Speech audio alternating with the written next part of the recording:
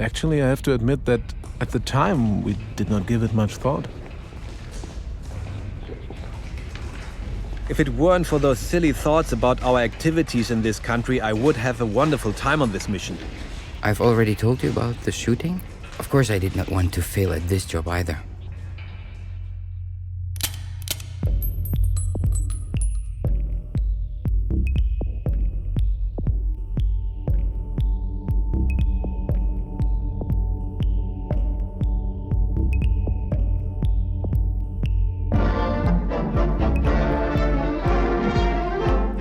History in law and justice is being made. Judges representing the major powers, America, Britain, Russia... Nuremberg est aujourd'hui une ville ruinée. Nuremberg était l'orgueil du Troisième Reich. Dans son stade Nürnberg, einst die Stadt der Parteitage, wird heute zur Stadt der Vergeltung. s'est ouvert le procès géant des plus grands criminels de guerre, de ceux qui ont préparé le massacre. War crimes, Nicht schuldig. crimes against humanity. Nicht schuldig im Sinne der Anklage.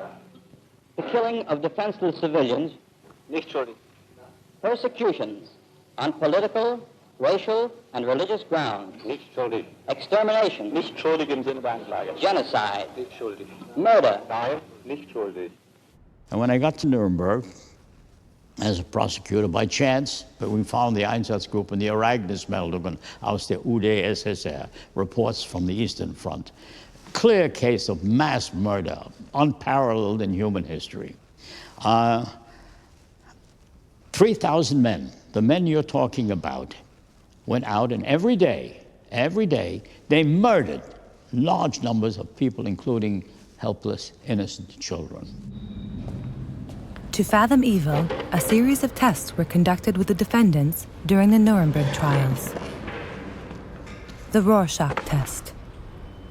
A subject is shown cards with ink black patterns and asked to interpret the images. The psychiatrist analyzes the subject based on these interpretations. The results from Nuremberg are too disturbing to be published. The Nazi criminals who were tested are psychologically sound and completely normal men.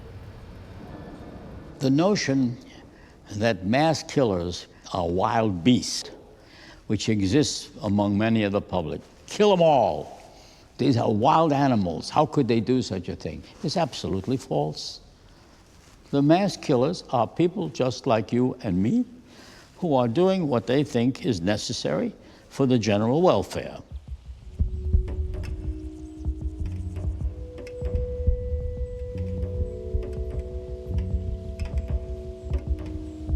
To this day, I can remember Major Trapp pacing back and forth with his hands on his back. He somehow seemed depressed. Essentially, he said, "Hell, operations like these are not my kind of thing. But orders are orders." He announced we had to carry out an execution in the village ahead and made it very clear that it was Jews we were meant to kill. During his speech, he reminded us to think of our wives and children at home who were suffering from the air raids. In particular, we should think about all the women and children who had lost their lives during the bombing raids. Thinking about these facts would make it easier to carry out our orders during the operation ahead. Major Trapp said the operation was not at all to his liking, but he had received the order from way up. I asked myself how it was possible that civilians were shot. Today, I can't remember in detail what was said about that matter. No one dared to say anything. Inwardly, I did not agree. We stood there as white as snow. At the end of his speech, the major asked the older soldiers in the battalion whether there were any among them who didn't feel up to carrying out the mission. At first, no one had the courage to speak up. Finally, I was the only one who stepped forward, thus indicating that I was one of those not being fit for the job. After that, other comrades came forward as well. There were about 10 to 12 of us. We were instructed insofar as we could refuse the order to participate in special operations without any adverse consequences. Everyone must have heard that you were allowed to step forward because I heard it too. I must admit that I didn't have the guts to refuse the order. It is peer pressure to the nth degree. You're separated from home. You're separated from everyone else. There is nobody but you and your unit. You don't go home at the end of the day and go back to your family. You don't read the morning newspaper and take the commute to work. This is your life. These people are everything. And if you fail them, they will die. And if they fail you in combat, they will die. And so here we are, bound to degrees beyond what most people can comprehend. The brotherhood of war. We few, we happy few, we band of brothers. There's an unpleasant task that all of them have to do. I can refuse, but if I refuse, then all my friends and colleagues, they have to do more of it. So I think we can look back and wish that every man there had said, no, I'm not going to do it, and all had refused. And then who knows what would have happened. But no one wants to step forward and say, well, I'm too good for this, the rest of you better do it. One could say, I am unable to do this, with the implication it's one's own shortcoming, and one might be quickly transferred because they didn't want to interfere with the killing machinery. One could never say, I'm against this, it's wrong, I condemn you. That would be a death knell. I was worried that it might be bad for me in the future if I appeared to be too soft. I didn't want others to get the impression I was not as tough as a man is supposed to be. I had to worry Leidowitz and the others would think I was a wimp. I assumed that if I asked him to be exempted from executions, I would have been on his blacklist and my promotion would have been at risk or totally out of the question. A commander who would have presented himself as being too soft for this sort of thing certainly would have disqualified himself for any duties of leadership. Well, I must admit that nobody wanted to be seen as a coward. I thought I would be able to cope with the matter, and with or without me, the Jews would not be able to escape their fate. For us policemen, the motto was, what benefits the state is just, what harms the state is unjust. What I'm trying to say is that it never crossed my mind that the orders might be wrong. I followed those orders because they came from the leaders of our country, not because I was scared. I know it is the duty of the police to protect innocent people, but at the time I was convinced that Jewish people were not innocent, but guilty. Today I can no longer say what I thought at the time or if I thought anything at all. I can't say if I was influenced by the propaganda to refuse to carry out the order I had received. I must say that we didn't think about it at all at the time.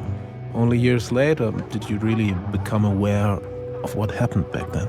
That means the idea never occurred to me that you should refuse or evade the orders to participate in the extermination of the Jews. I'd never learned anything else but to unconditionally obey orders I was given. God heavens, damn it. One generation has to bear the burden so that our children will have a better life. The Asch Conformity Experiment. A subject is led into a room where a group of people are already waiting. The subject is told that the others are volunteers as well. In reality, they are actors. The group is shown a line on a card with 3 comparison lines alongside it. The task is to estimate which lines are of the same length. As arranged, the actors unanimously give wrong answers to some of the exercises. On the average, 37% of the subjects agree with the obviously incorrect answer. In psychology, we tend to depict conformity as a bad thing in situations like this, where many people are killed and should have thought for themselves to act differently. But in the bigger picture, conformity is mostly a benefit, is mostly a good thing. Humans, we evolved to survive and reproduce by banding together in groups and working together and sharing projects and sharing responsibilities. So conforming to the group is a way to be accepted in the group. It is vitally important to humans, especially back in the evolutionary past, to be accepted in the group, to be part of it. If you're alone, you have very little chance of surviving. Conformity is a tricky word. because it does mean, in some degree, the necessary structures that one must be part of and adhere to in any society or culture. And it also has the implication of obedience to that which exists.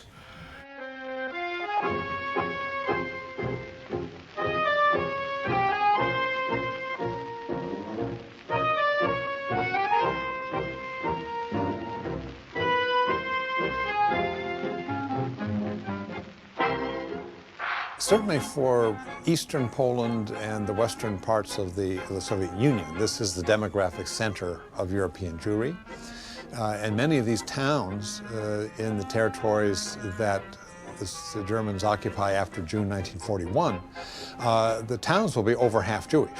One day I asked somebody in Lviv where were living the Jews. And people, they laugh and say, where were living the non-Jews? And we didn't realize effectively in Western Ukraine, what's called Yiddish land, Jews were not in a small corner. There was not a street of Jews. They were among the people. There were factories, there were opera, there were spectacles, there were restaurants. They were a people in the people. And so for us it's very difficult to imagine because we classify Jews as a minority.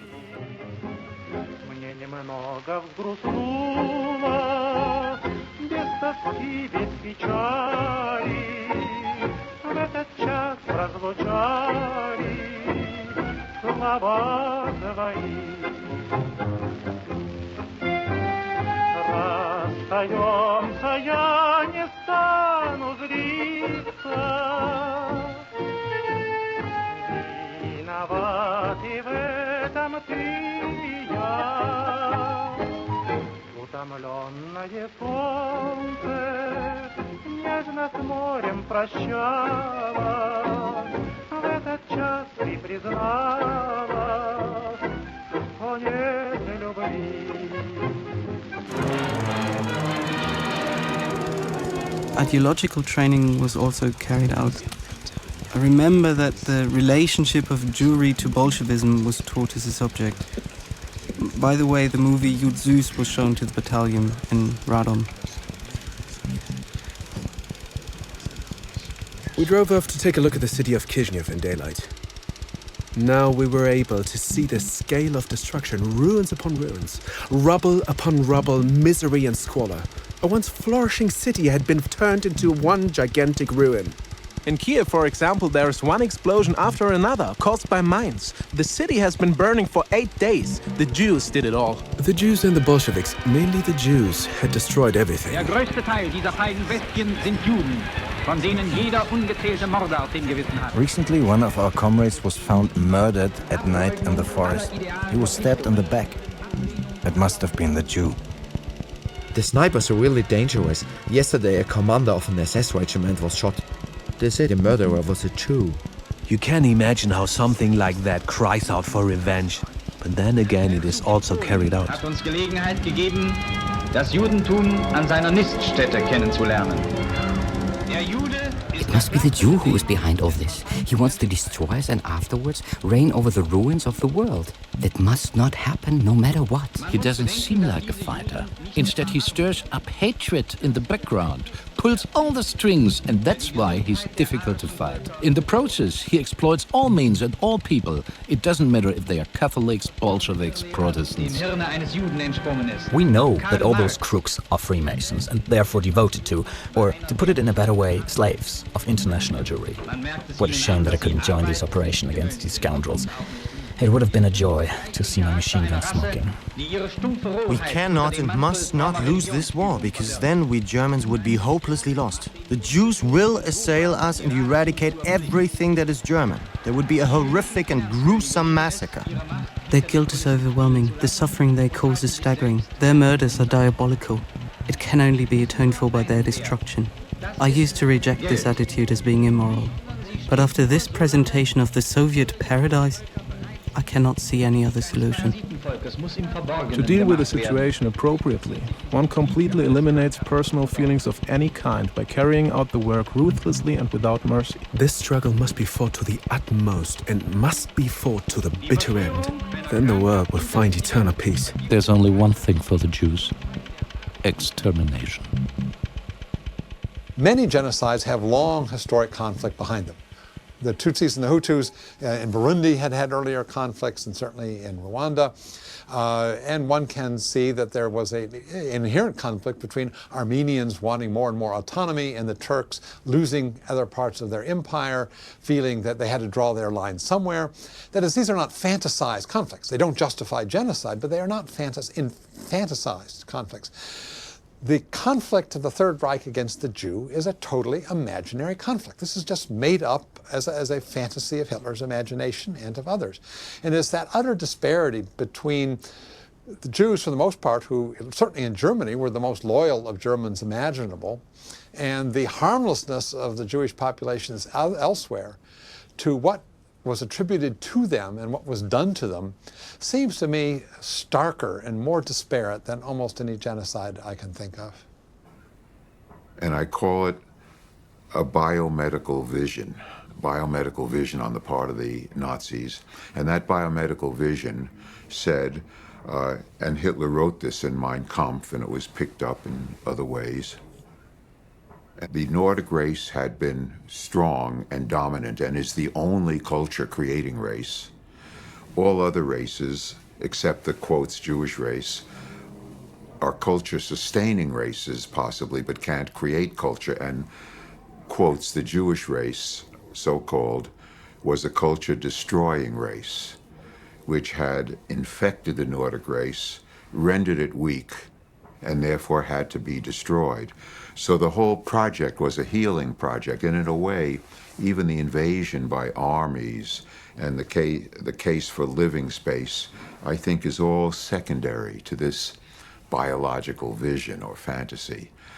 And there takes part a reversal of healing and killing, because you are killing to heal. You kill the Jews or other inferior races in order to heal the Nordic race.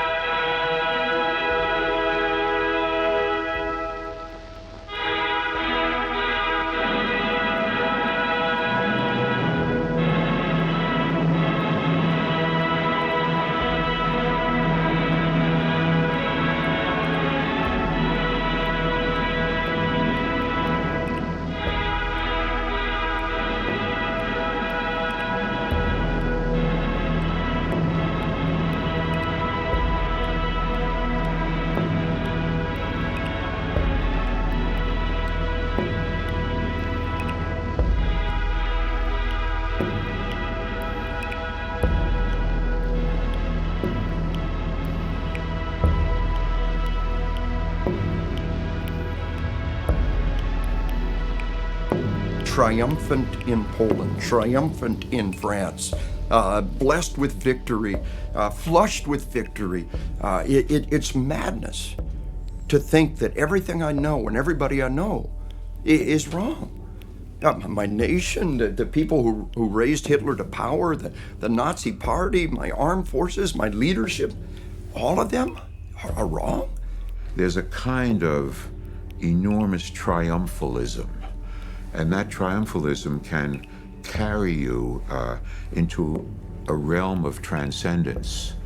One is omnipotent, and the killing can feed that and also be fed by it. There's always an attraction also to killing. There's an attraction to war because it removes one from what might be called the banalities of everyday life.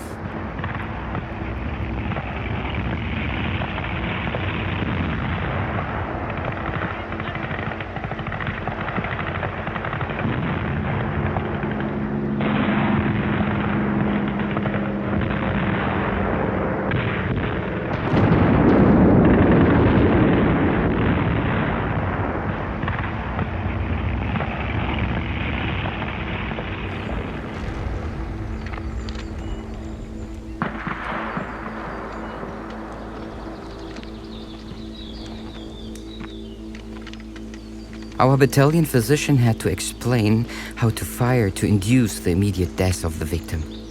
I remember vividly how he traced the outline of a human body, at least from the shoulders up, for the demonstration, and then precisely described the point where the fixed bayonet should be placed as a guide.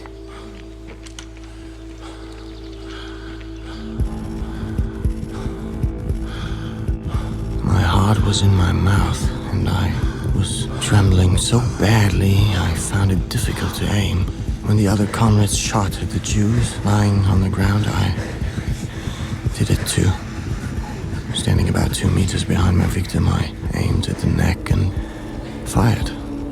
I personally took part in about 10 shootings. I had to kill men and women.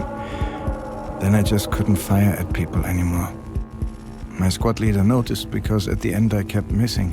For that reason he replaced me. Other comrades were also replaced sooner or later because they just couldn't go on.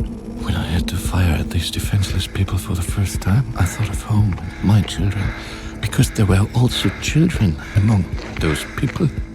I was among the marksmen too, but I was only able to fire about 5 times. I began to feel sick. It was like in a dream. During the shooting, I felt so sick I had to throw up. Afterwards, they laughed at me because I wasn't able to shoot anymore. What are we doing? What are we doing? There was no way to avoid some of my comrades noticing that I didn't go along with the execution and fire shots at the victims. As a result, they made comments about me like bastard, gutless, and so on. Killing the man was so abhorrent to me that it did not hit the 4th man. It was simply no longer possible for me to aim accurately. I was suddenly filled with nausea and ran away from the execution site. I then ran into the forest. I had to throw up and sat against a tree. I think I spent about 2 to 3 hours alone in the forest.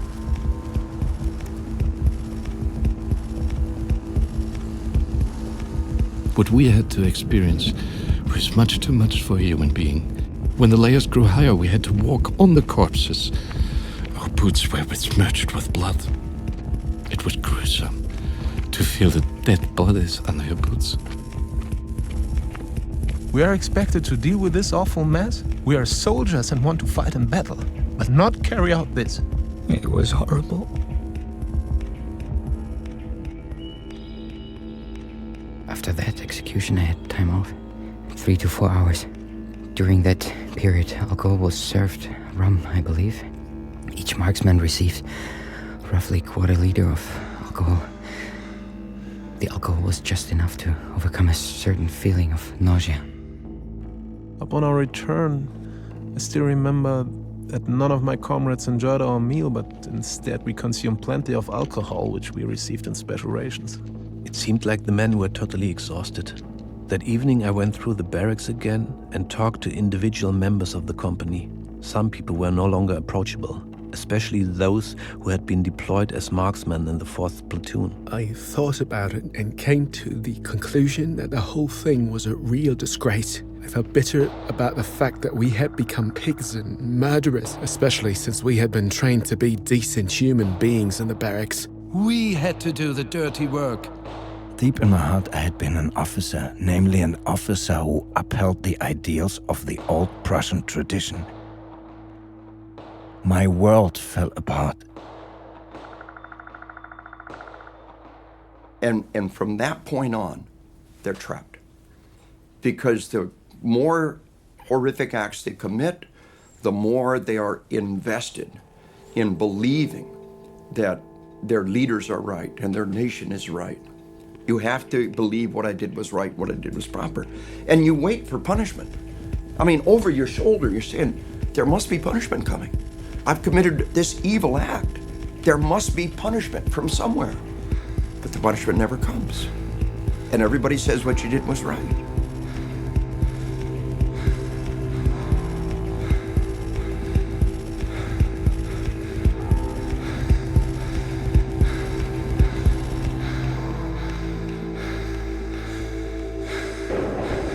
When I learn of incidents such as the massacre of millions of men, women, and children perpetrated by the Nazis in World War II, I don't think of these as impersonal historical happenings. Rather, I see them as real events mediated by human beings just like you and me. How is it possible, I ask myself, that ordinary people, while courteous and decent in everyday life, can act callously, inhumanely, without any limitations of conscience? The Milgram experiment. A subject is asked to give electric shocks to punish another participant, in reality an actor, for false answers. The intensity of the electric shock is meant to be increased after each mistake. An experimenter gives orders. At a certain point, the supposed victim screams in pain and begs to stop the experiment. If the subject has any doubts about what he is doing, the experimenter initially says, "Please continue." Then, the experiment requires that you continue. Then, it is absolutely essential that you continue. Then, you have no choice, you must go on. All subjects go beyond the point where they hear loud screams, when the victim starts begging, when the victim suddenly no longer responds. 67% of the participants give the supposed learner electric shocks of maximum strength, which they know could be deadly. It's an incremental process by which perpetrators do more and more step by step. There's a shocking beginning. That's like an introduction to the whole process, an initiation. And then incrementally one takes one step after another so that one couldn't have taken a full plunge into the extremity. Once they had crossed the threshold, then the emotional reaction to what they're doing becomes increasingly less traumatic, increasingly more routine, and that while they could describe their feelings and their reaction to the first massacre, as one goes further into the killing, they remember fewer and fewer details. They can't keep the different massacres apart. Human beings really are designed psychologically to adapt to things. So extreme experiences, we grow accustomed to them and they become more routine. It is surprising how far it went with, you'd think that killing someone would always continue to be troubling and upsetting. That, in a sense, to me, is one of the scariest things I found in my research, was how quickly people became used to what they were doing, how quickly it became normal.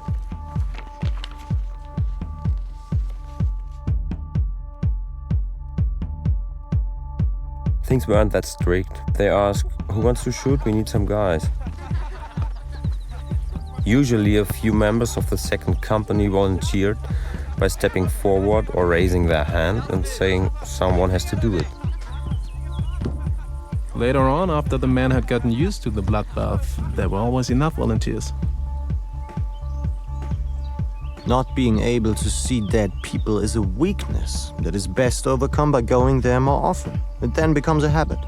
The last day of September gave us sunny weather again.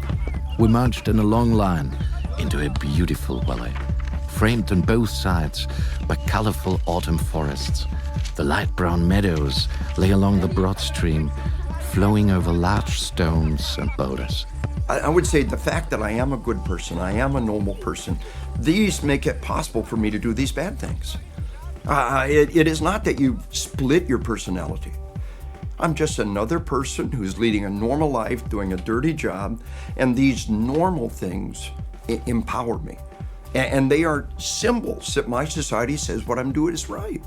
They are indicators, tokens, manifestations of the support of my civilization for what I do. This is not a dichotomy in which you split your life in two parts. It is the yin and the yang. It is the one supporting the other and making the other possible.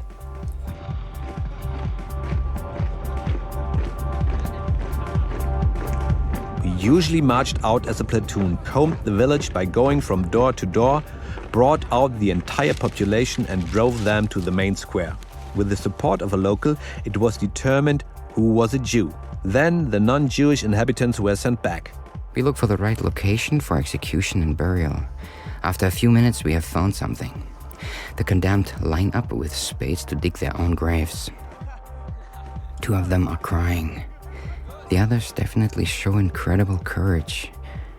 What must be going on in their minds at this very moment?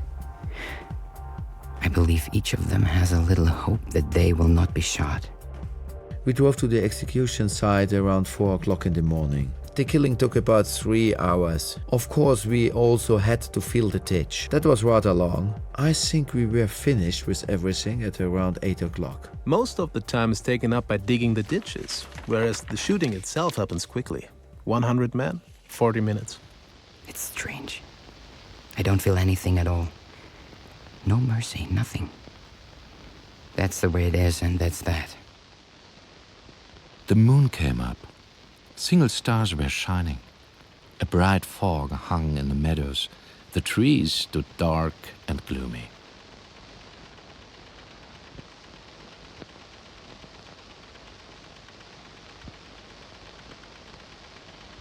Sleeping very deeply, I was suddenly woken up at 6 o'clock in the morning.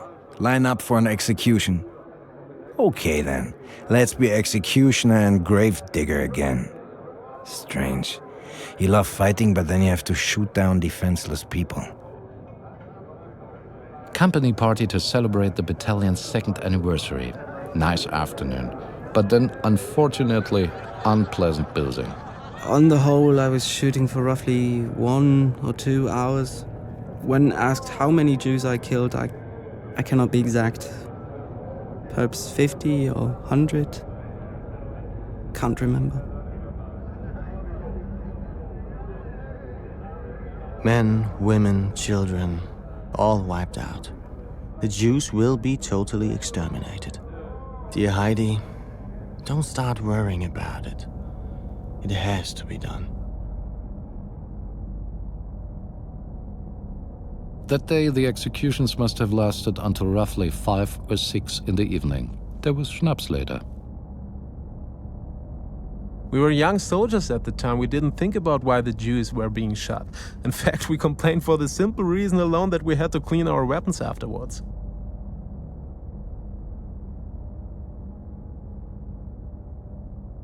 What is hard to grasp and hard to picture is that the killing went on day after day, village by village, town by town, in which units went from one place to another, and this was their day-to-day job.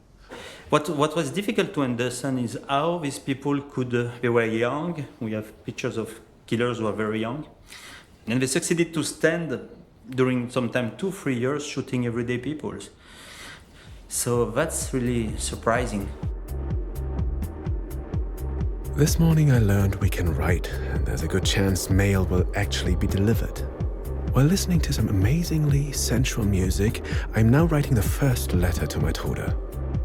As I write this letter, we're told to get our things together. Firing squad with steel helmet and rifle, 30 rounds of ammunition. We just came back. 500 Jews stood in a line for execution. Beforehand, we went to see the murdered German airmen. About 5 weeks ago, I put the first of 600 up against the wall. Since then, we've wiped out another 200 or so in a mopping up operation. Then, in another mission, about 1,000 more. And in between, in the last 8 days, I've had 2,000 Jews and 200 gypsies shot in accordance with the 1-to-100 ratio for brutally murdered German soldiers. Another 2,200, almost exclusively Jews, will be executed during the next 8 days. Well, that's everything but a nice job. Waited all morning for our dentist. Only got treated in the afternoon. Had to have the filling replaced. The dentist works with the most primitive equipment, but it helps. We sought to clear the prison by the end of each month, enabling us to report greater numbers to the command of operations in Mogiliev. I don't care much for killing defenseless people, even if they are only Jews. I prefer honest, open combat. Well then, good night, my dearest bunny.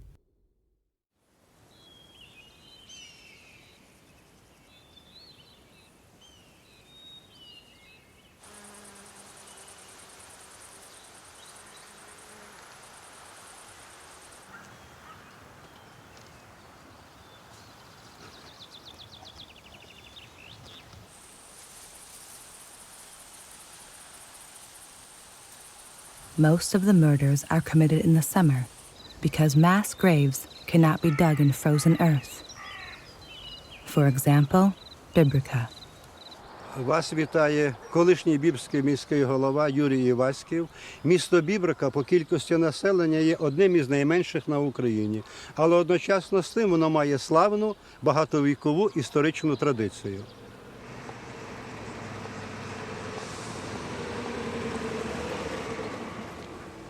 До 1939 року місто нараховувало 5900 жителів. Із них 2000 українців, 2000 населення євреїв і 1850 населення було польської народності. Місто мало славні традиції, і місто надзвичайно мирно співіснували всі три конфесії. Життя процвітало, життя було насиченим.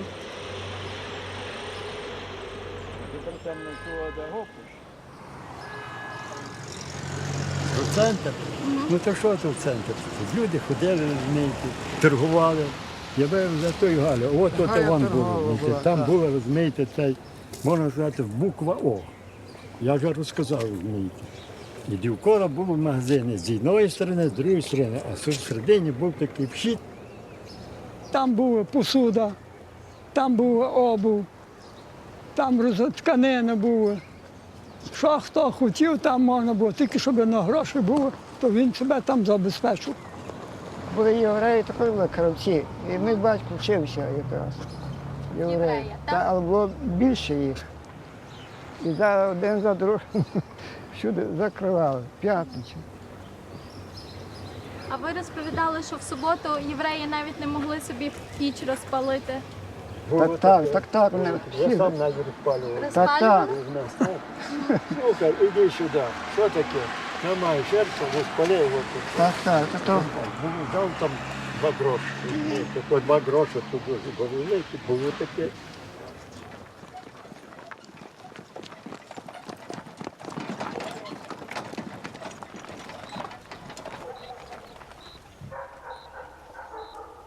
За нами знаходиться синагога. Всі вулиці, які прилягали до синагоги, в 42-му році були обнесені колючим дротом і було утворено гетто, в якому утримувалися декілька сотень євреїв. Гетто починалося, тут є річка, і зараз за річкою були витягнуті дроти. І дроти обтягували. Тут, де були єврейські будинки, то був обтягнутий дротами.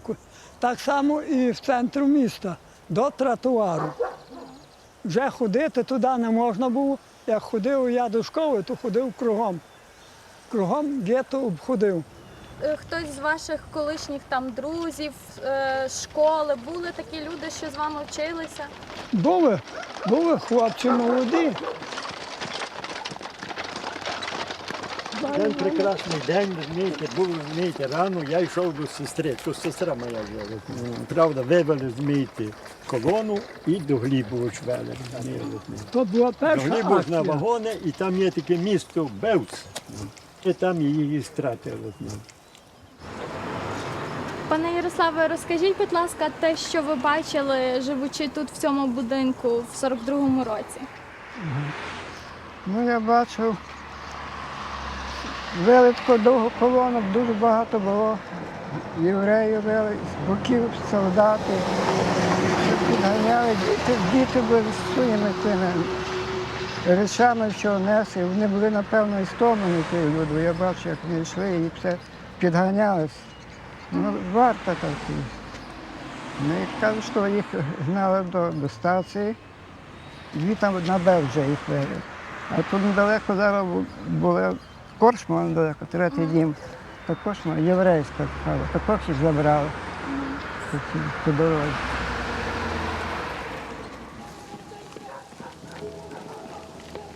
One day, a vehicle of the Wehrmacht with a loudspeaker was driven through Shitomir. Over the loudspeaker, the announcement was made in German and Russian that at a specific time that day, Jews were to be shot on the market square, something like that. Since I had the day off, I went to the market square at the appropriate time. When I got there, I saw 50, 60 Jews guarded by the SS. Then it was announced over the loudspeakers that people should follow to the executions. After a while, we saw numerous soldiers and civilians heading for rail embankment ahead of us. Beyond, we were told executions were taking place continuously. Once we climbed up the embankment, we were confronted with a sight of gruesome atrocity which shocked and horrified an unprepared onlooker. There were countless soldiers of units stationed in the area, lounging around as spectators, some in swimming trunks, as well as numerous civilians with women and children. Access to the execution site was restricted by a wall. The entrance was a high iron-barred gate which was locked. As a result, I couldn't get inside anymore. Alan stood in front of the gate with other soldiers and civilians looking through the bars to the execution site. It was about 80 meters away. I could see about 9 girls or women kneeling in front of a deep ditch. Some of the marksmen were splattered with blood.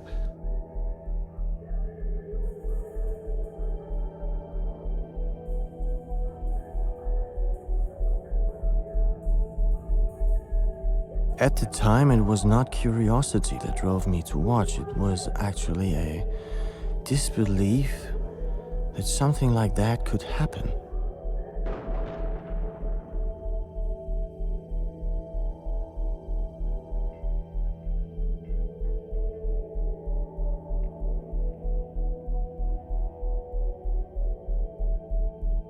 In one interview, somebody, she was in a class in a small village of Belarus, I think, and the director of the school gathered all the children and said, tomorrow there is no class because we kill our enemies. And so he said, you can go to see and you will say what you saw the day after in the school. And she said, we gathered all the children together and we went near the mass grave, so they knew the place. And she said, it was too early. The Germans were not here and the Jews were not here. So she said we were waiting, sitting under a tree, until it began. And so all the school was watching, and they came back at night. And the day after, it was the course of the day. The Genovese syndrome or bystander effect. In 1964, 29-year-old Kitty Genovese is assaulted and raped in the courtyard of an apartment house. The perpetrator leaves the scene. After 20 minutes, he returns, abuses his victim again, and then kills her. Evidently, 38 inhabitants of the surrounding houses observe the entire incident. Nobody calls the police. Nobody helps. The more bystanders observing an incident, the lower the probability that someone will intervene. In the same way, bystanders who stand there and watch a mass murder without saying anything could be giving off the impression that even unconsciously, that the perpetrators will see and say to themselves unconsciously that I guess there's nothing wrong. When they did have bystanders there, certainly that was an effort to normalize it and routinize it as something that is done, must be done, and has its good reasons.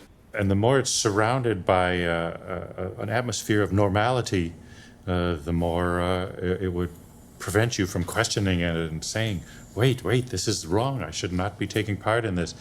Someone should be objecting. I should be objecting. I should scream that this is wrong. The killers made it public to give a justification, like you make a public death condemnation in America or in another country. It's public because it was legal. So the fact effectively that they come reinforce the legality of the crime.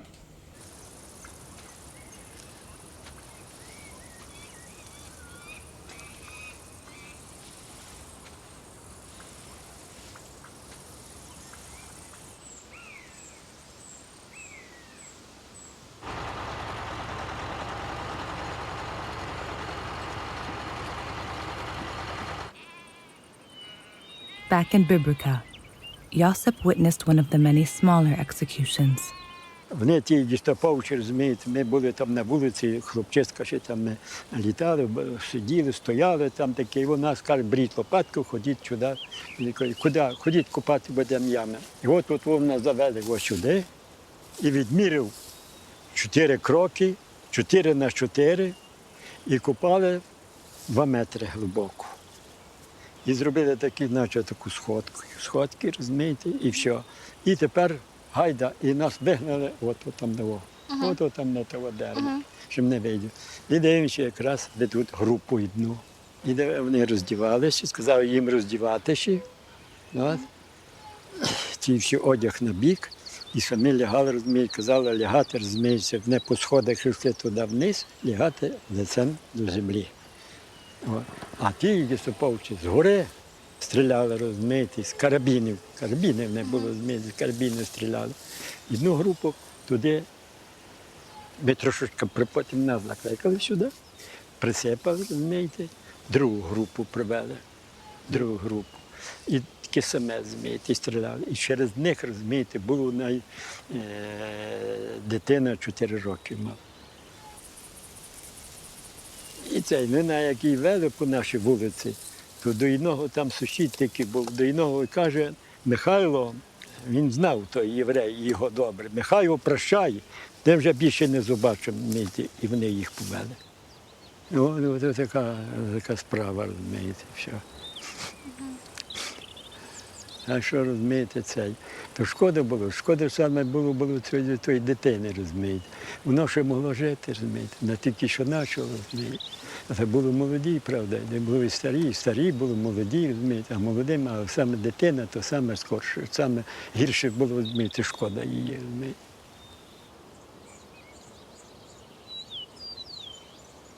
Зараз ми знаходимося в околицях села Волове, яке розташоване від Бібрики на відстані трохи більше 3 кілометрів, біля парафіяльного цвинтаря, який існував вже багато століть. Організовано було так, що вантажними автомобілями із гетто певними партіями довозили сюди безпосередньо на місце страти цих людей.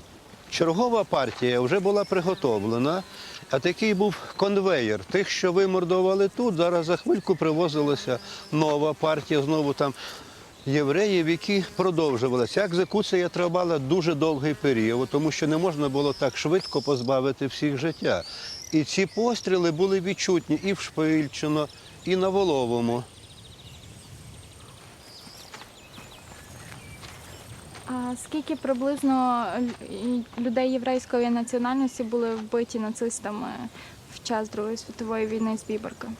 Це та кількість населення, що було 2000, згідно наших статистичних даних, ніхто з них не вижив. Після 44-го року, коли вже прийшли другий раз сюди, вже не було ні однієї єврейської родини. Або були вивезені, або були замордовані, розстріляні на цьому місці. The German arrived very early in morning, normally before the rise of the sun, and already everything is prepared. Already the ghetto is surrounded. Already the carts are waiting to take the suits or the Jews. Already the Polizei are here. And when they leave at the evening, all the Jews are dead. So what was very organized is to succeed to introduce a tempo in a village was no tempo. That in one day the whole community was shot. In a few cases, they could not do it. In big cities, of course, so they send people back to the ghetto in some cities and to come back the day after. But normally, in one day, they shoot a village.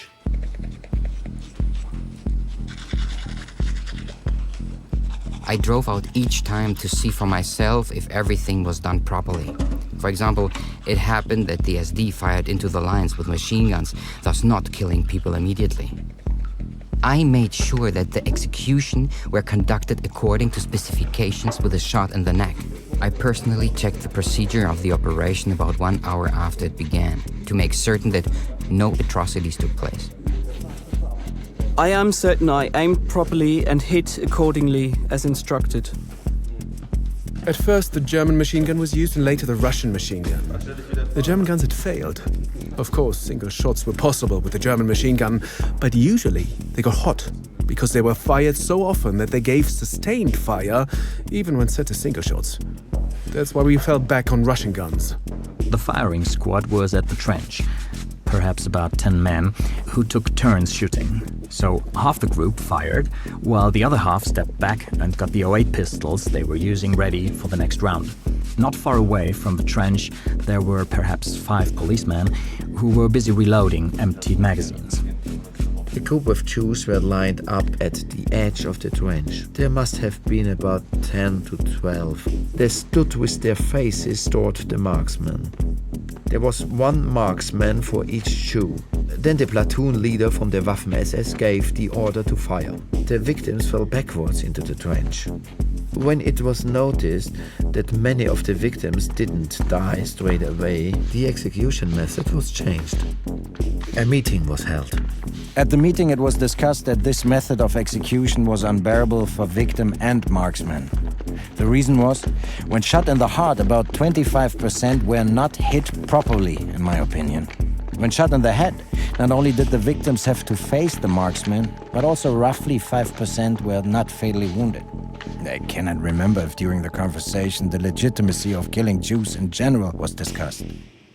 Inside the mind of most healthy members of most species is a powerful resistance against killing your own kind.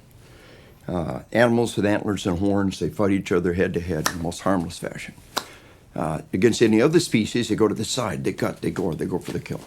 Studies show that only 15 to 20% of all soldiers can overcome their reluctance to kill enemy soldiers.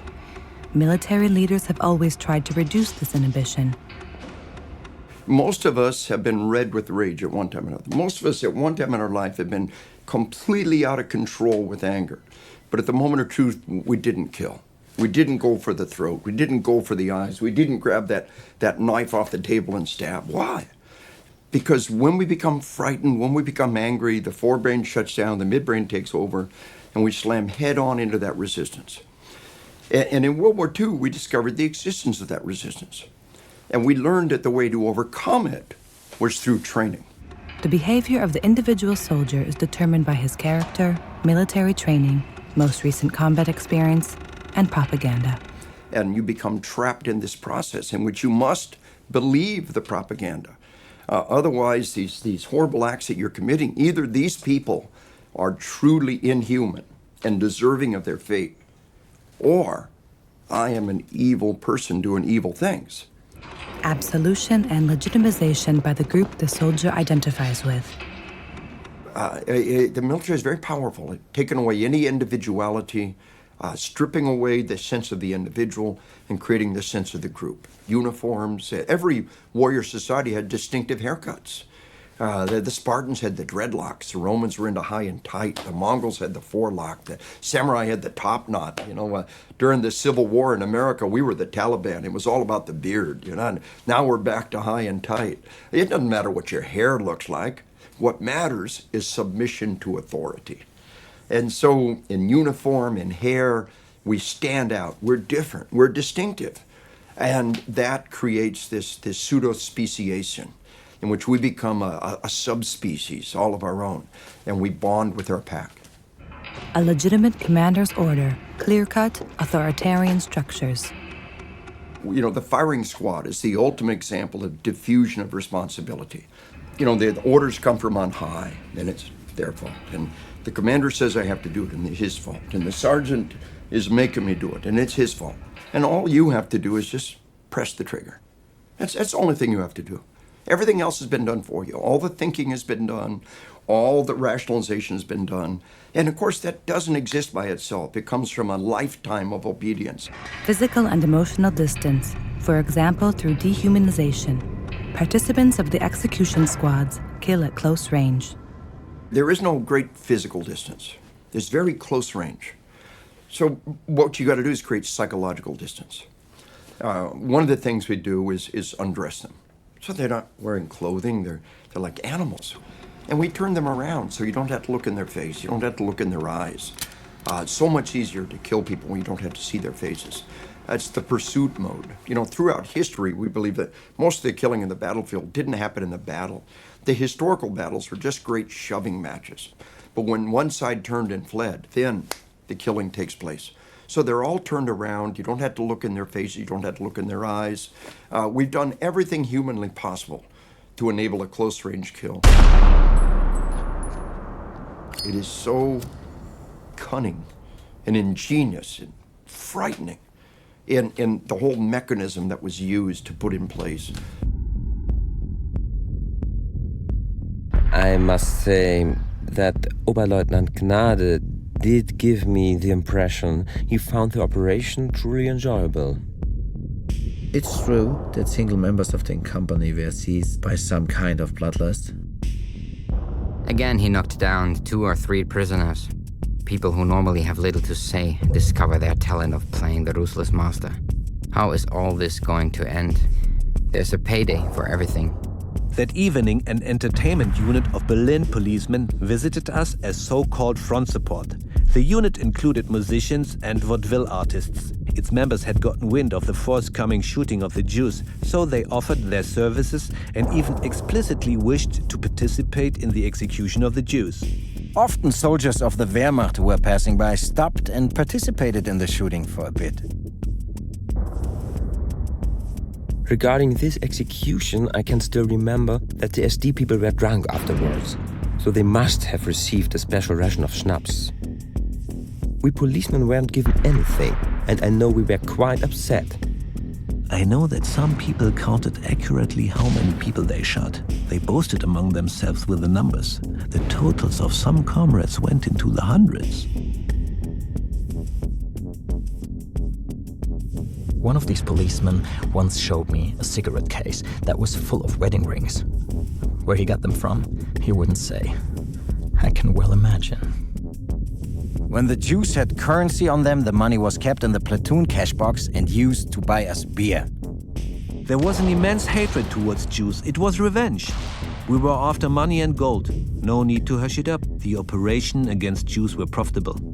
Afterwards, we spent several days flattening banknotes we had confiscated from executed Jews. I don't know what happened to the money. It was packed into sacks and dispatched. At lunch, some comrades joked about what they had experienced during the operation. Their stories told me that they had just completed a mass shooting. I must admit that it gave us a certain amount of pleasure when we got hold of a Jew that we could finish. We did not recognize a Jew as a human being. We were also aware the Jews had to be annihilated anyway. We shall rid ourselves of the last traces of any sentimental feelings for humanity. When I opened the door to the room, I saw that an SS man was lying on the bed and that he had a young, beautiful girl with him. Since this SS man couldn't tell me where Hauptsturmführer Finger was, I went into a second room. There too, I encountered a young girl with an SS man. Since I didn't get a proper answer from him either, I entered a third room. In this third room, there was an SS man lying on the bed without a uniform jacket, but with his trousers on. Next to him, on the edge of the bed, sat a young, very beautiful girl, and I saw her stroking his chin. I also heard the girl say, "Right, Franzl, you wouldn't shoot me, would you?" I asked the SS man if this girl, who I assumed was a Jewess, really had to be killed. The SS man told me all the Jews would be killed. There wouldn't be any exceptions. Then I asked him about the girls I had seen in those rooms and what would happen to them. The SS man said essentially that it was tough. Sometimes they had the chance to hand these girls over to another firing squad, but usually there was not enough time for that. And they had to do it themselves.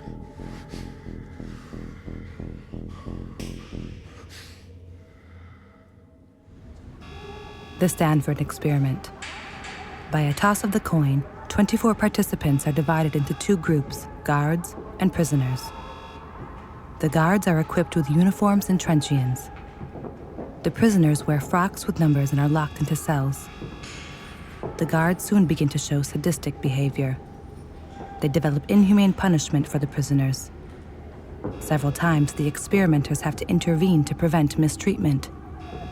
4 prisoners suffer emotional breakdowns. The experiment has to be interrupted prematurely.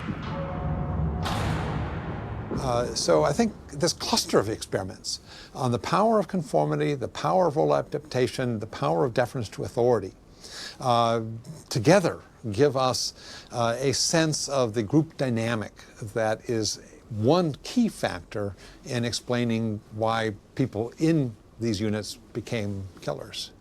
Well, I think it's important that we do the scientific work and then take a moment to step back and reassert the moral judgment and say, no, these things are wrong, no matter if we can understand them, no matter if they were inevitable, no matter if we say that most of us would have done the same thing under those circumstances, the actions are still wrong and we must still object.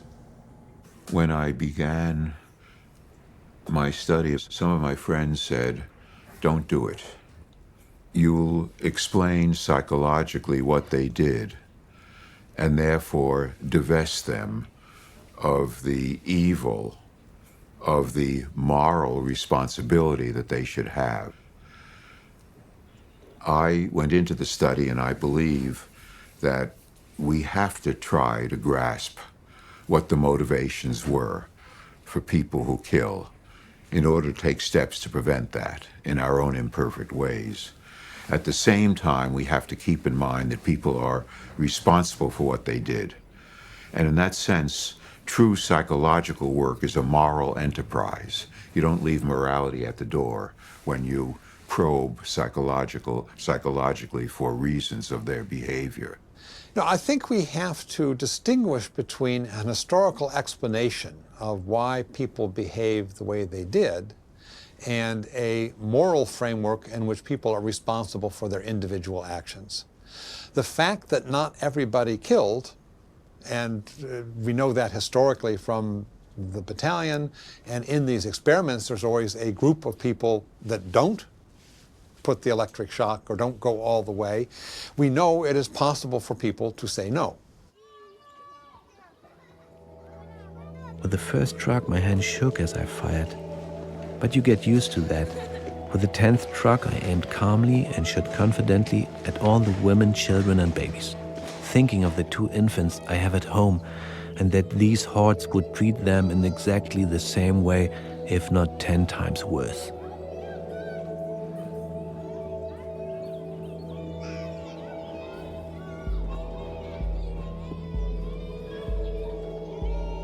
My dearest, kindest mom, Traudi and Hans-Peter. Daddy has now been waiting for a letter since September 22nd, but unfortunately no And sign Global of gave me the order to operate the shooting of the children. I asked him who's Today it supposed might to be carry out the possible shooting. that the He messenger answered the will be Waffen-SS. So You objected. let's I not told give him up. they're all young men. How are we Hopefully supposed to we'll have some justify sunny to days them in that they the have to kill little children? Yesterday, Then he took a said, little so excursion take with your Mom men. and Em for Once 2 again, I hours. repeated, how could they do it? They have little children The weather themselves. wasn't very nice. It started This tug of war went on for about 10 minutes. Then I suggested that the Feldkommandant's Ukrainian militia execute the children. No objections to this proposal were raised on either side. Gathering berries, how perfect for them. What a treat. Incidentally, yesterday was Thanksgiving. I didn't feel entitled, in regard to Jewish women and children, to let these children grow up to become avengers who would kill our sons and grandsons. The only thing missing was the sauce. But otherwise, delicious. Even the I spoke to dumplings. one of the policemen and asked if it was difficult for him to carry out such an order. He said he had 2 children of his own, but he had gotten used to this kind of work. Well then, my dearest, beloved mom, with kindest greetings and many thousand kisses to all my darlings, your good daddy. I myself was in a very pleasant position, since I didn't have to kill babies with their mothers. The children I had to shoot were already big enough for their mothers to lead them by the hand. I particularly remember an incident with a little blonde girl who took me by the hand. She also was shot later. My goal was, and I succeeded, to kill children only. It worked as follows. The mothers led the children by the hand. The soldier next to me would shoot the mother and I would shoot the child. Because for certain reasons I told myself that the child would not be able to live without its mother. In a way, redeeming these children who wouldn't be able to live without their mothers was a way of easing my conscience. Do the children always behave? Has Mukkele been studying hard? Has Volkmar stopped wetting his bed? Dagi must also learn to sit up straight at the table without leaning on her elbows.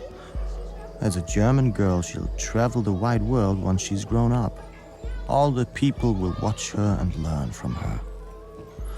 After all, according to the will of fate, we Germans are the people of the future.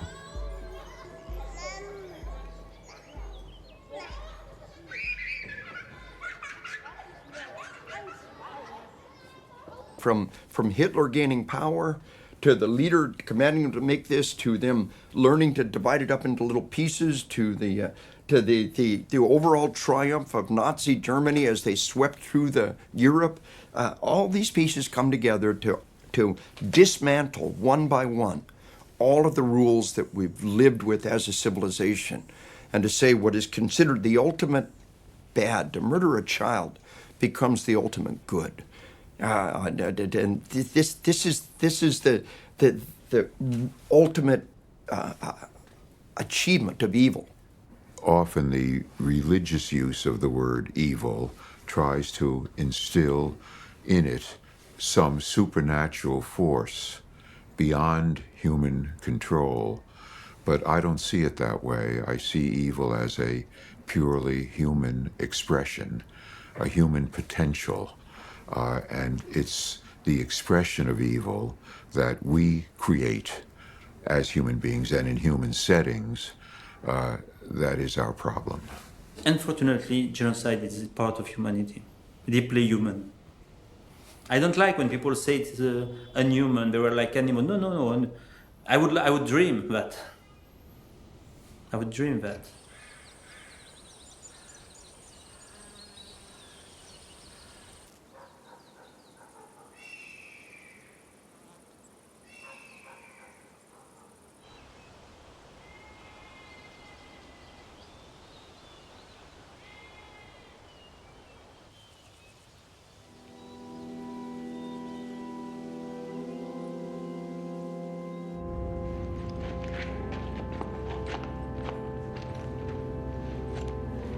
I was always a person with a higher sense of duty. I can say with pride that however disagreeable their duties might be, my men have displayed a decent and upright attitude. They can look everyone straight in the eye and be fathers to their families back at home. Not only did the men discharge the difficult duty they were given faithfully and meticulously in every respect, but in terms of their conduct, they also represented the best in soldiering. For example, during a social evening to which I invited them, they presented me with a donation of 15,150 Reichsmarks in cash. I sent the money to the Fund for Children of Murdered Ethnic Germans. We had the moral right and the duty to our people to kill these people that wanted to kill us. However, we did not have the right to enrich ourselves with just a single fur, a watch, one Reichsmark or one cigarette or anything else. We will not even allow a small rotten spot to grow or take root. All in all, we can state that we fulfilled this most difficult task out of love for our people. And we have suffered no damage to our innermost self, to our soul, to our character. As far as I remember, the gist of what he said was that the maltreatment of Jews he had witnessed was not to his liking. It was our duty to shoot the Jews, not to torture and beat them. The defendant should not be punished because of the act against Jews as such. The Jews must be exterminated, none of the killed should be pitied. In Alexandria, however, he let himself get carried away and committed atrocities that are unworthy of a German man and SS leader. These assaults cannot be justified the way the defendant claims as rightful retribution for the suffering the Jews have brought upon the German people. According to paragraph 147 of the Military Penal Code, the defendant is liable for punishment. Most of you will know what it means when 100 corpses are lying next to each other, when 500 or 1,000 lie there. Having had to cope with that, and on top of it, with the exception of human weaknesses, having remained respectable has made us tough. You can have faith in your dad. He always thinks of you and will not overshoot.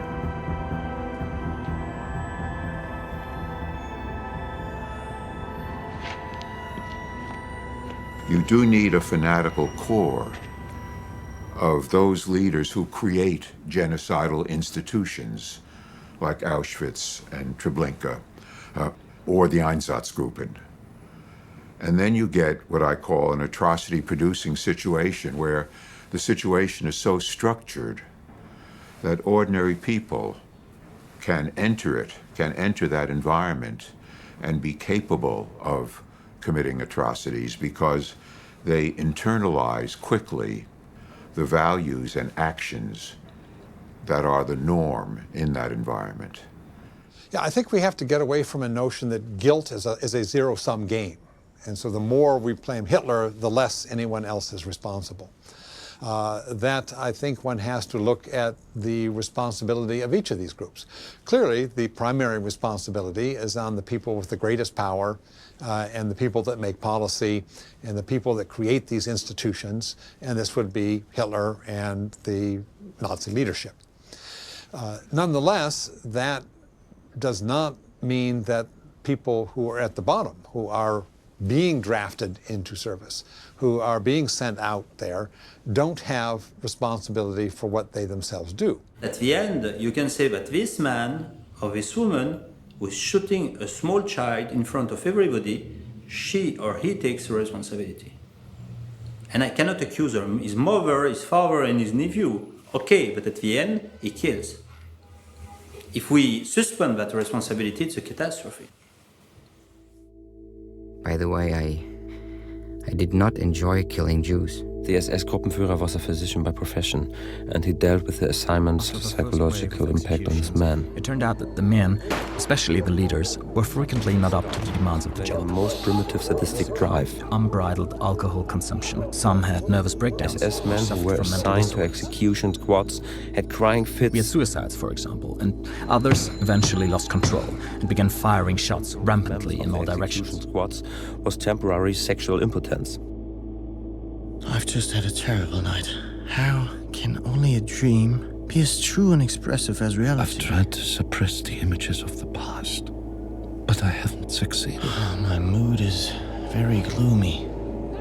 I have to pull myself together. The sight of the dead, Global is lying on his bed in his room, including women and children, is not very enlivening. suffering from a nervous breakdown. I'm an emotional wreck again, just like I was back I went to then. see him. Global was there. He was talking gibberish. He said it was impossible to shoot that many Jews. The day's impression should be blurred by organizing social evenings. Zelensky suffers in particular from delusions relating to the killings of Jews that he commanded himself and relating to other traumatizing events in the East. I feel I'll never be able to achieve anything anymore.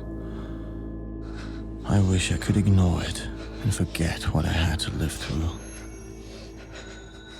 The overwhelming attitude is self-pity. It was my bad luck to be assigned to a unit that had to do this dirty work. Poor me, how I suffered day by day doing these terrible, hard things. Almost no thought about what this meant for the victims. The guilt and the evil are so extreme, so grotesque, that you must block them out. Sometimes we find the paradoxical state in which the survivor may feel guilt-like emotions, at least self-condemnation. It has nothing to do with, well, it isn't the same at all as legal or moral guilt. It's the feeling of guilt because he or she survived and others didn't, or because one didn't do more to stop the evil force. And the survivors may feel more of that than the perpetrators, because the perpetrators are in the process trying to avoid feeling what they were doing, avoid emotional involvement in what they were doing. I'm aware that men from these units ended up in asylums. We therefore had to find a new and better way of killing. I can't say whether I had misgivings about the use of gas in vents at the time. My primary concern then was that the killings represented a considerable burden on the men who were involved. Now we had discovered the gas and the procedure. I always dreaded the shootings when I thought of the masses, the women and the children. I was relieved that we would be spared all these bloodbaths. that also the victims would not have to suffer until the very last moment.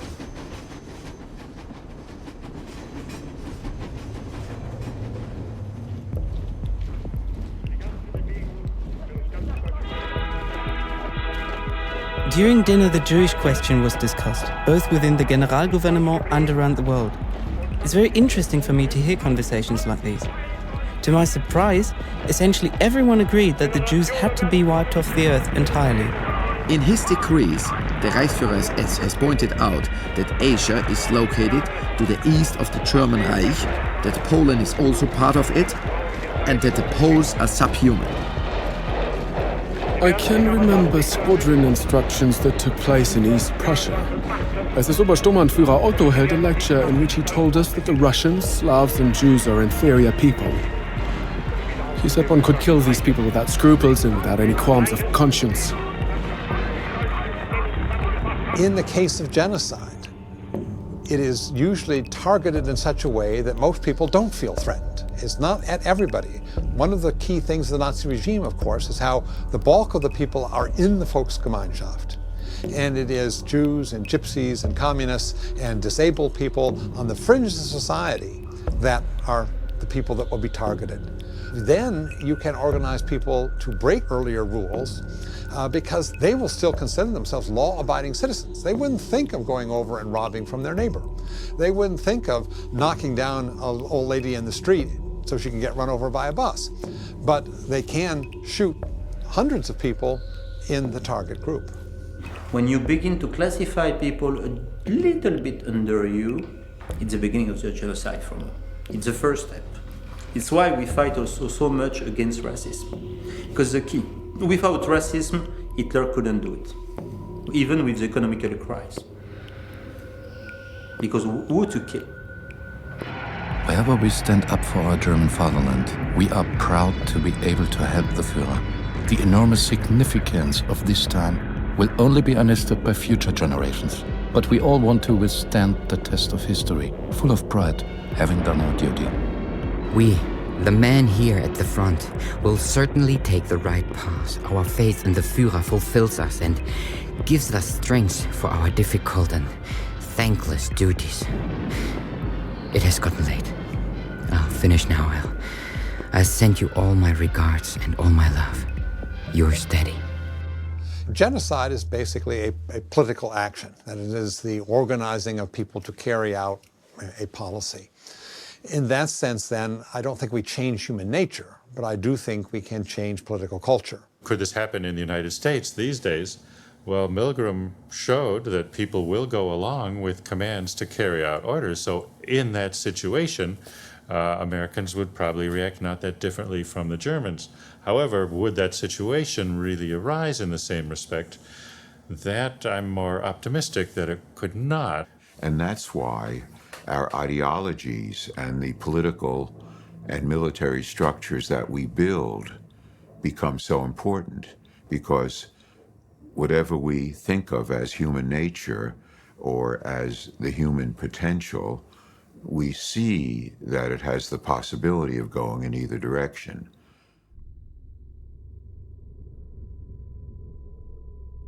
Sometimes comrades refused to take part in the killings, including myself a few times. Nothing happened to me, nor to the others who refused the order. There were no repercussions from our commanders. We were simply assigned other duties. There were no threats of any disciplinary measures, definitely not of executions. The Asch conformity experiment. Variation. If only one other participant gives a correct answer to the exercise, the subject then almost always insists on the right solution. I was not approached about these operations. The leaders took men with them on these assignments, and in their eyes, I was not a man. Other comrades who shared my attitude and acted as I did were also spared these assignments. Raschwitz yelled at me and insulted me. I can still remember the expression Austrian swine that he used for me. To my knowledge, he also used the term coward and other curse words. Among other things, Ahrens called me a cowardly sissy and the like. He accused me of unsoldierly conduct, etc. But to harden me up, he ordered me to stand guard right at the edge of the pit. the mass grave.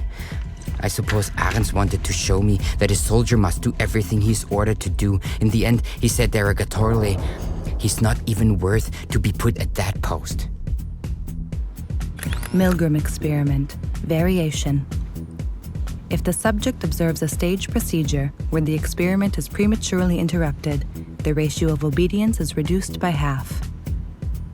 If two experimenters express different opinions about how to proceed, the level of obedience among participants is reduced to 0.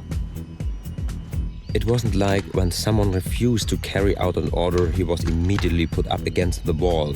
That required much more serious demeanors. We would have been able to cope with difficulties.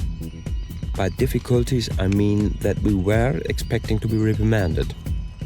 However, I had the impression that I was overlooked in subsequent promotions. The only disadvantage I had as a result of my conduct was I had to serve more frequently as a guard than the others, and in addition, I was given much less free time. And as we sit in the Nuremberg trials, it became enmeshed into our culture that saying I was just obeying orders is never acceptable.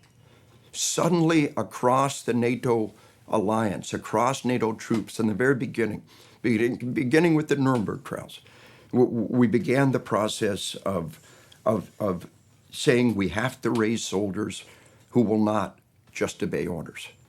And this is a big deal. I see the difficulties, not only philosophically, to change the way a nation thinks, but practically, how do you build a court which is going to hold people accountable and show them in their true light as murderers, not heroes?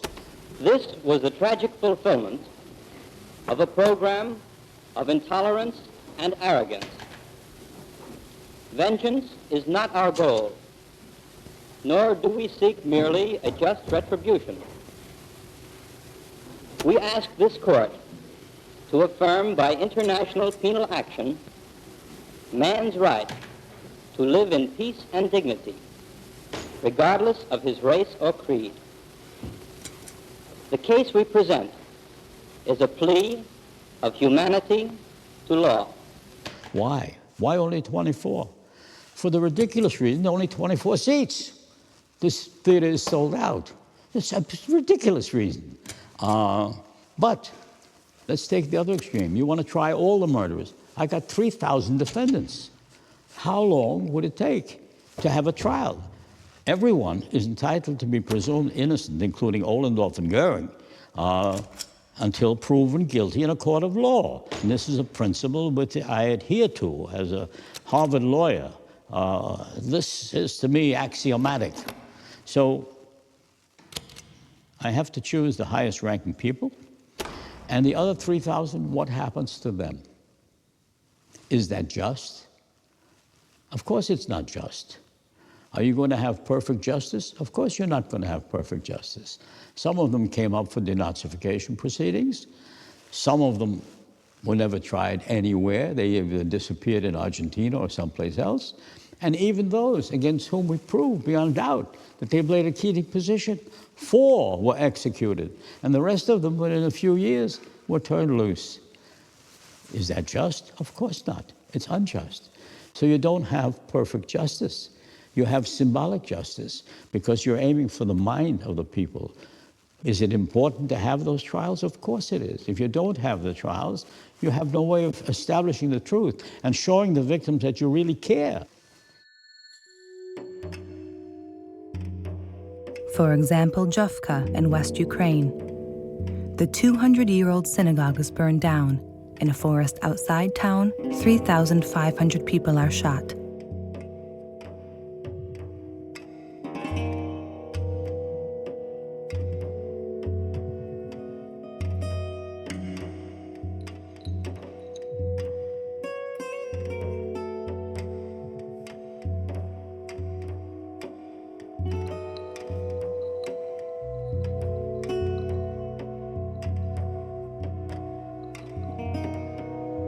The largest single mass execution takes place in Baba Yar, near Kiev. 33,771 people are murdered within 36 hours.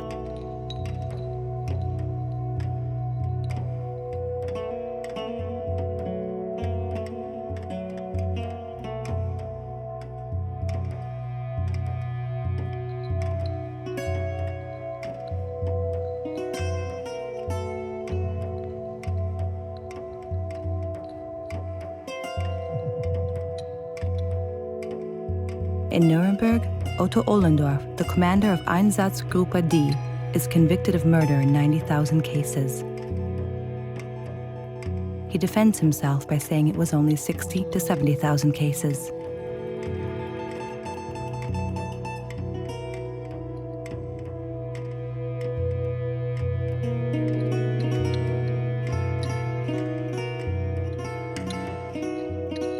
In the mass executions in Eastern Europe, about 2 million people are murdered, 1/3 of all Holocaust victims.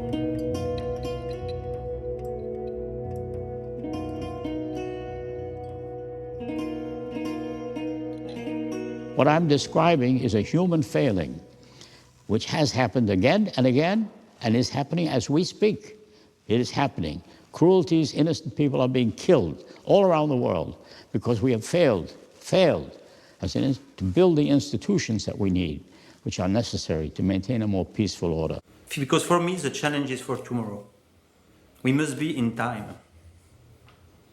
I wouldn't like that in 50 years, a movie is done about Darfur and said, how we don't, because nobody moves. It isn't done only by teaching, by detached teaching, although we need some of that. It's also done by one's own ethical passions in contesting these destructive movements. Perhaps one day you will be policeman or military or scientific or journalist in a place of killing. This day, you will have to do something. And I say at least take a picture and send to CNN. Don't wait the politician to move. Because politic machines are too slow. The time by United Nations and UNESCO and whatever, or NATO, decide it's genocide, it's finished for the victims.